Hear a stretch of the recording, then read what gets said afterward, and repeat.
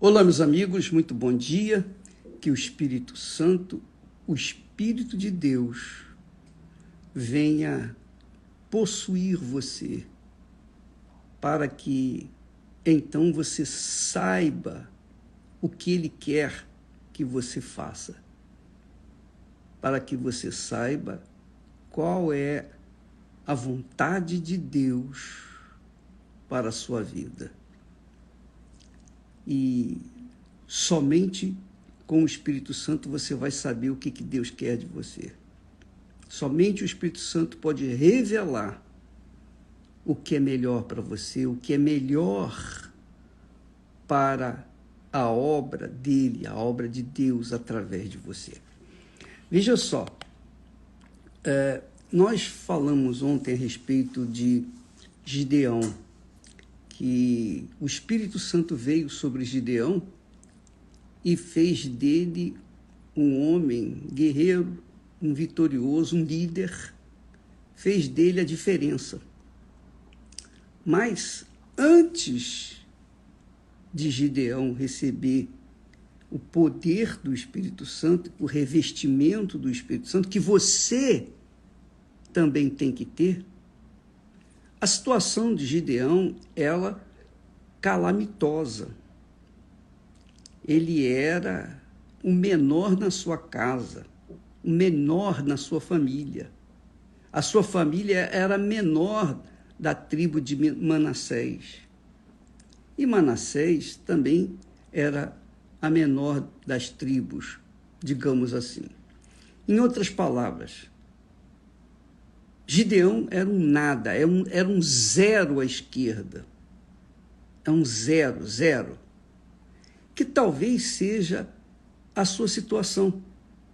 Talvez você tenha vivido a vida inteira, até hoje, não sei que idade você tem, mas talvez até hoje você tenha vivido a vida dando murro em ponta de faca. Você tem feito das tripas coração. Você tem procurado dar jeitinho aqui, jeitinho ali.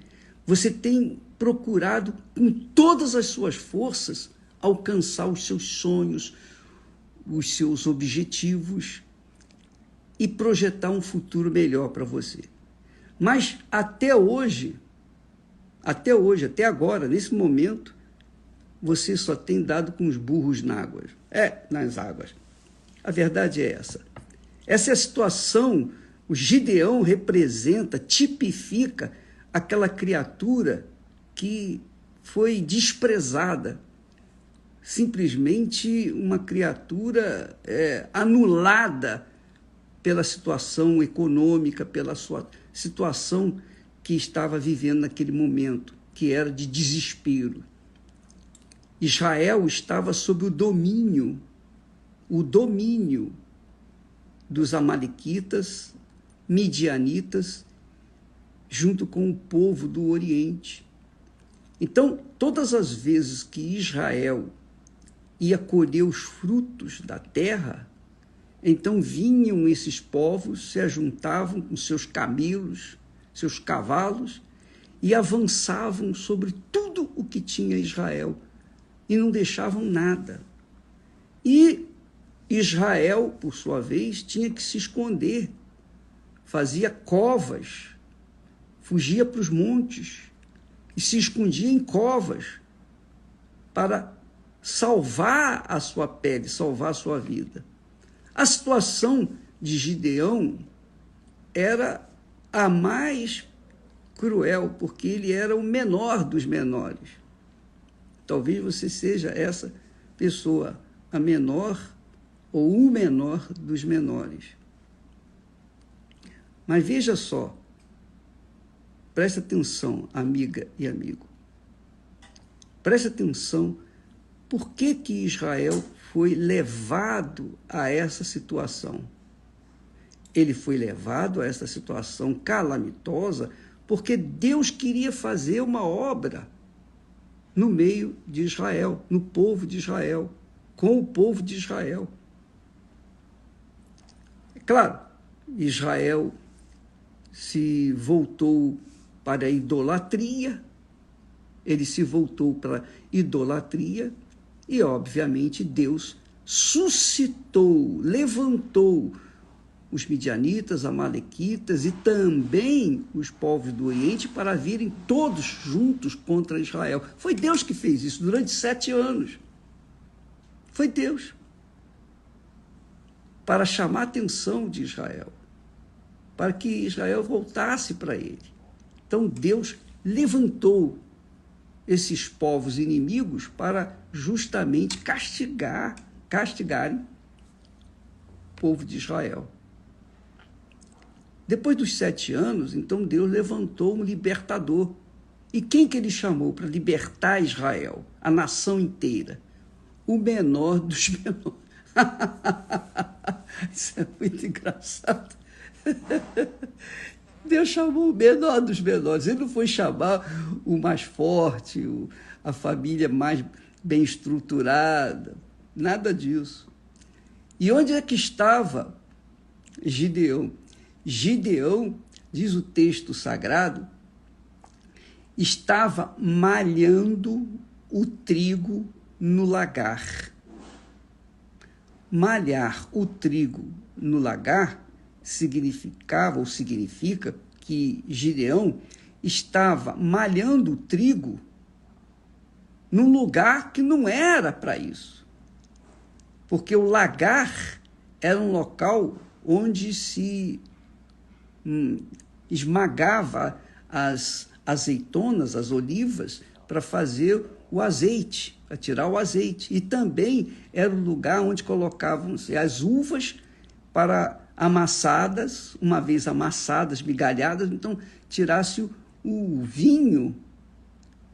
Então era um lugar menor, um recipiente menor, muito menor, infinitamente menor do que o lugar de se malhar trigo. Normalmente se malhava trigo nos montes, nos outeiros, porque depois que se malhava o trigo no lugar espaçoso, no alto dos montes, aí se fazia separar o trigo da palha.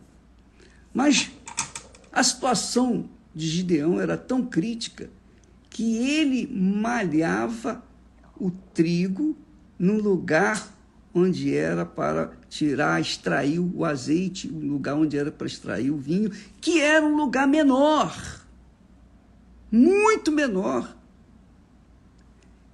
E aí está era a situação de Gideão.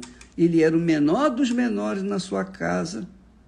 Além disso, a situação era tão crítica que ele, para salvar um pouco do trigo, para fazer uma meia dúzia de pão, se fosse possível, ele estava malhando o trigo lá no lagar, um lugar que não era para isso, não foi feito para isso.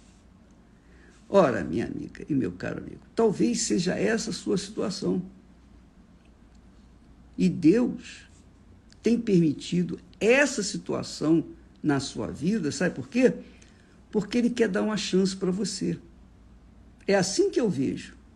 Porque todas as vezes que Israel se voltava para a idolatria, então Deus suscitava inimigos para que Israel viesse acordar, despertar para a voz de Deus, para a sua palavra, as suas leis, os seus mandamentos.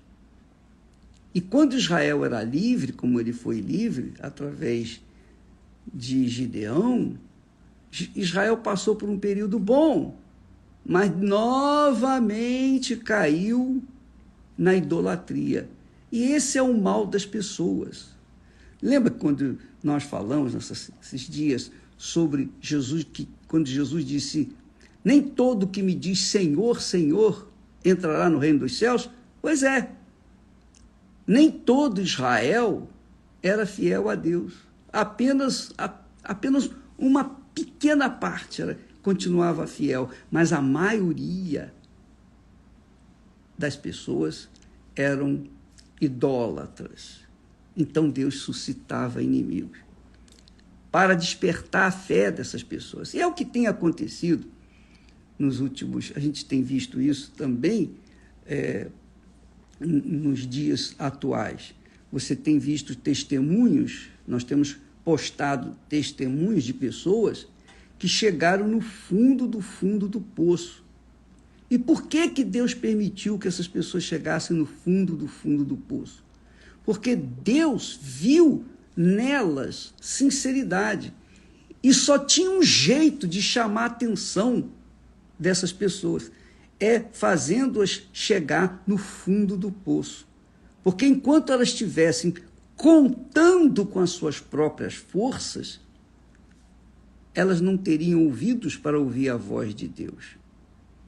E quem sabe essa é a situação sua. Você está aí malhando trigo no lagar, gemendo, e Deus está permitindo que você esteja encaminhando-se para o fundo do poço, ou já esteja no próprio fundo do poço. Mas isso é para dar a você a chance de conhecê-lo, porque somente quando a gente chega no fundo do poço é que a gente não tem para onde recorrer, para onde ir. Você olha para um lado, olha para o outro, é só parede, é poço. Não tem lugar para ir, para fugir. E por ser muito profundo o poço, a pessoa tem que olhar lá para o alto, e buscar socorro lá do alto. E para buscar socorro lá do alto, ela tem que gritar, ela tem que esbravejar, ela tem que manifestar a sua fé no Deus vivo. Entende o que nós estamos falando? Então, Deus permitiu e tem permitido para você chegar nessa situação, para que você olhe para o alto. Não conte com as suas forças. Não conte com sua inteligência, com a sua capacidade. Não conte com os seus diplomas. Não conte com a sua sabedoria. Não conte com o seu dinheiro. Não conte com os amigos. Não conte com os políticos. Não conte com ninguém. Não espere por parentes. Não espere por ninguém. E eu digo mais, não espere pelo pastor, não espere pelo bispo, mesmo que seja o bispo Macedo, não espere por ninguém, não espere que a igreja venha mudar a sua vida, não, somente um pode arrancá-lo desse poço, é o próprio Deus, ele que faz isso. É óbvio que ele usa pessoas, mas ele usa os seus servos, ele usa, mas não são os seus servos os salvadores, não. Ele é o Senhor, ele é o Salvador. E enquanto você estiver com a sua fé dividida, você pode pertencer a uma igreja, outra denominação, você pode ter sido ou está sendo uma cristã há 20, 30, 40 anos. Mas, minha amiga, meu amigo, se você não se inclinou para o Senhor Altíssimo Deus, se você não o invocou, se você não tem o seu Santo Espírito, você sempre será uma criatura dividida entre a sua religiosidade e a sua situação crítica, as circunstâncias que envolvem você. Ontem, ou no sábado, uma senhora veio procurar o bispo na igreja, um sábado à noite. Ela estava passando na igreja e viu ela escrito, pare de sofrer. E ela veio para falar com o bispo. Aí encontrou lá uma obreira, e a obreira, olha, não tem reunião agora, à noite, sábado. Vem amanhã, pela manhã, que tem reunião, você pode falar com o bispo. E ela, no dia seguinte, veio na igreja, veio na reunião.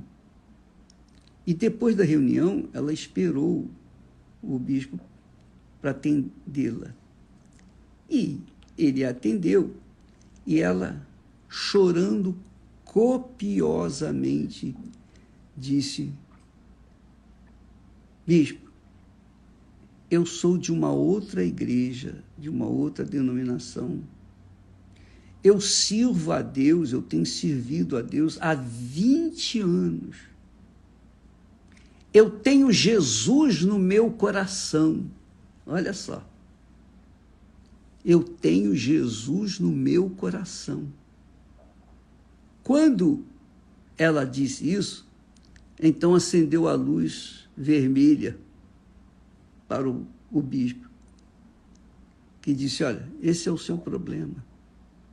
Jesus no coração significa que toda a sua fé está restrita, limitada aos seus sentimentos do coração. Porque quem tem Jesus no coração quer sentir. Apenas sentir, porque o coração é o centro das emoções, é o centro dos sentimentos. E então ela contou a sua vida, suas misérias, suas desgraças. Tudo tem dado errado para ela. Deus permitiu que isso acontecesse, porque Deus viu sinceridade nela. Mas Deus não se manifestou para ela. Ele deixou ela chegar nessa situação crítica, porque ela estava desesperada, justamente para ela buscar ajuda, para se humilhar, para chegar e dizer: eu preciso de ajuda. E, de fato, depois que o bispo fez a oração, parece que saiu um peso, uma tonelada de cima do seu corpo. Por quê? Porque ela vinha cultuando Jesus no seu coração. Quer dizer, uma pessoa dependente dos sentimentos. Sabe aquelas igrejas, aqueles pastores, ou quem quer que seja, que trabalha com a música, muita emoção, muito sentimento, muito oba-oba, muita sensação. Então, esse tipo de pessoa, talvez seja você me desculpa se falar assim, mas eu tenho que falar a verdade. Se você gosta, amém. Se você não gosta, paciência, mas eu falo a verdade para salvar, tentar salvar, ajudar aqueles que são sinceros. E então, o que aconteceu? Ela saiu aliviada. Ela saiu, sabe, descarregada. Ela estava carregada de um espírito enganador. Porque Jesus não entra no coração. Jesus, o Espírito Santo quer dizer, é o Espírito de Deus, é Deus. Deus é palavra. Deus é palavra. E como Deus é palavra, é espírito, ele usa falar no nosso espírito, no nosso intelecto, não no nosso coração, porque ele sabe, ele mesmo revela que o coração é enganador. A fé no coração é a fé sensacionalista. E é por isso que a maioria das pessoas que se dizem cristãs, evangélicas, crentes, seja lá o que for, vivem uma vida desgraçada. É uma vergonha para o evangelho, é uma vergonha para o nome de Jesus, quando elas dizem: não, eu sou crente em Jesus, mas é uma criatura dividida, uma criatura amargurada, a fisionomia dela é uma fisionomia triste. Por quê? Porque Jesus vive no coração dela, Jesus não está aqui na cabeça dela, quer dizer, ela não tem o Espírito Santo, não tem o Espírito Santo. Mas, ô bispo, eu falo em línguas. Você pode falar qualquer língua, você pode falar todas as línguas, igual o diabo fala todas as línguas, só não fala a língua de Deus. Então não se iluda com as suas línguas, não se iluda com os seus talentos, com os seus dons, porque o que vale é o fruto. O fruto. Quando a pessoa tem o Espírito Santo, ela é a própria fonte. Ela jorra a água viva. Ela não fica carente de oração A, de B, de C, de quem quer que seja. Não, ela vive pela própria fé que o Espírito da fé lhe dá. Mas isso só acontece aqui, na cabeça. Não acontece no coração. O coração é lugar de sentimento. Então essas pessoas que vivem dançando, rodando, rodopiando e tal, aquele lero-lero, vive uma fé fantasiosa. Uma fé fantasiosa, uma fé dividida entre o Deus de Abraão, de Isaac e de Israel e o Deus desse mundo.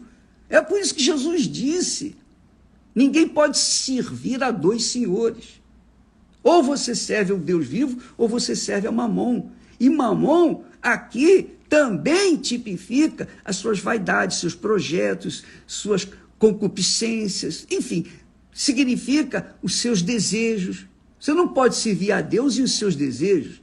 Você tem que servir a Deus e acabou. E deixa o resto com Ele. É toda a sua vida, é tudo por tudo. Isso é ter o Espírito Santo. O Espírito Santo vem para guiar a nossa cabeça, dirigir, conduzir a nossa cabeça, para que a nossa cabeça, o nosso espírito, venha guiar o nosso coração segundo a palavra dele, não segundo as emoções, segundo os sentimentos, segundo as coisas desse mundo.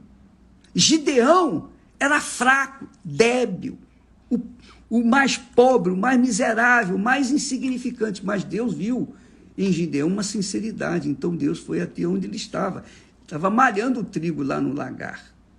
Quer dizer, ele estava, digamos assim, nos dias de hoje, como aquele mendigo cozinhando, fazendo um pouquinho de farinha ou feijão numa latinha na rua, num fogo aceso na esquina ou debaixo de um viaduto. Quer dizer, vivendo uma vida desgraçada. Foi quando o Espírito de Deus veio sobre Gideão e fez dele uma nova criatura. Arrancou aqueles pensamentos obtusos, porque ele mesmo confessou: eu sou o menor, Senhor. Confessou para o anjo: eu sou o menor na minha família, a minha família é a menor de Manassés, e eu sou o menor da minha família. A minha família é pobre, eu sou o menor. Mas Deus viu em Gideão uma sinceridade. É isso mesmo. Ele queria a verdade. E o Espírito Santo veio sobre ele. Ele fez de Gideão um líder. Ele fez de Gideão uma criatura que viesse libertar todo Israel. E Deus quer fazer isso com você. Mas você tem que ser humilde.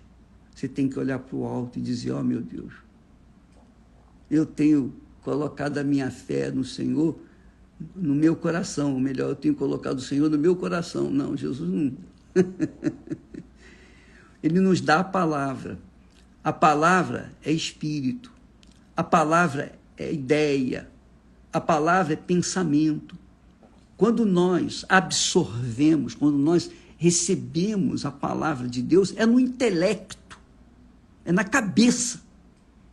E ali, na cabeça, a gente procede, a gente processa, a gente define se a gente aceita seguir aquela palavra ou rejeita. É na cabeça que a gente vai decidir se obedecemos ou não a palavra de Deus. É na cabeça que a gente decide se vai servir ao Senhor dos Exércitos ou vai servir aos nossos caprichos. Por isso Jesus disse: ninguém pode servir a dois senhores. Quem tem o Espírito de Deus só serve a Deus. Quem não tem o Espírito de Deus serve a si mesmo, serve ao mundo, serve a todo mundo, menos a Deus. Essa é a realidade. E quando a pessoa serve a Deus, ela é uma fonte, porque jorra, está sempre jorrando, sempre dando. Ela não é uma mendiga pedindo: por favor, pelo amor de Deus, ora por mim, me ajude aí. Não, ela é a fonte, ela dá, ela tem para dar, não só hoje, mas todo santo dia, chova, faça sol, ela é uma fonte. É assim que é o verdadeiro cristão, o verdadeiro discípulo, o verdadeiro servo de Deus, que não pensa em si, não pensa no seu futuro, não está preocupado com a sua família, não está preocupado com o seu umbigo, está preocupado em servir ao Senhor, fazer a vontade do Senhor. Então, quando a pessoa tem esse desejo de servir de fato e de verdade, ela coloca toda a sua vida no altar, ela vai com tudo para o altar, ela sacrifica toda a sua vida, ela não sacrifica meia dúzia de moedas, não. Ela sacrifica toda a sua vida, sua mente, seu coração, seus desejos, suas concupiscências, suas vaidades. Ela sacrifica o seu corpo, ela sacrifica sua trindade, que é espírito, alma e corpo. Ela coloca tudo no altar, é tudo por tudo. Primeiro é o Senhor. Se ela não fizer isso, minha amiga, meu amigo, esquece. O Espírito Santo não vai vir sobre ela. E se o Espírito Santo escolhe uma pessoa, quando ele escolhe uma pessoa, ele coloca isso dentro dela. Foi o que aconteceu comigo. Eu estou falando para você o que eu experimentei. Eu posso falar isso para você. E eu falo isso para você não porque eu sou alguém superior a você, não. Eu também era um menor na minha casa era menor da minha família, etc, etc, etc, etc. Cheio de complexos, cheio de traumas, cheio de problemas, cheio de coisas, cheio de nhenhenhê. Mas Deus viu uma sinceridade em mim. E Ele então veio e me consagrou, e me encheu do Espírito Santo, me deu o seu Espírito. E aí mudou o meu pensamento. Mudando o meu pensamento, mudou a minha vida. E a vida de muita gente que Ele tem salvado, através desse vaso de barro. Minha amiga, meu amigo, é tudo ou nada com Deus. Não existe meio termo, não existe um jeitinho brasileiro, não. Uma banana. Essa é a verdade para aqueles que querem agradar a Deus e a mamão. Ou é ou não é, ou vai ou racha. Fé é isso. Fé não é você frequentar uma igreja, uma denominação, ainda que seja igreja universal do reino de Deus. Não, fé é a entrega. Você entrega toda a sua vida àquele que você diz que crê. Se você crê no Senhor Jesus de todo o seu coração, você coloca toda a sua força. Porque os espíritas costumam fazer isso. Para a vergonha de muitos cristãos, muitos espíritas colocam toda a sua vida, vão para o roncó, tiram a roupa, são sacrificados, bebem água de abô, fazem de tudo e por tudo para agradarem os espíritos, as entidades. Ora, será que Deus merece o resto? Qual o tratamento que você tem dado para com Ele? Enquanto você ficar nesse chove não molha, você vai continuar malhando o trigo no lagar. E só vai acontecer uma vida nova quando você receber o Espírito Santo. Essa é a fé da campanha de Israel, dessa vez. É o Espírito Santo. Ou tudo ou nada. Mas o Espírito Santo não é uma parte de Deus, é a totalidade, a plenitude de Deus. Mas para você ter a plenitude do Espírito Santo, você tem que dar a plenitude da sua vida. Espírito, alma e corpo. Do contrário, esquece. Essa é a realidade. Ou é ou não é. Desculpa lá. Deus abençoe a todos vocês em nome de Jesus. E Deus abençoe, abrindo o entendimento, para entender e obedecer a palavra dele. Até amanhã. Deus abençoe.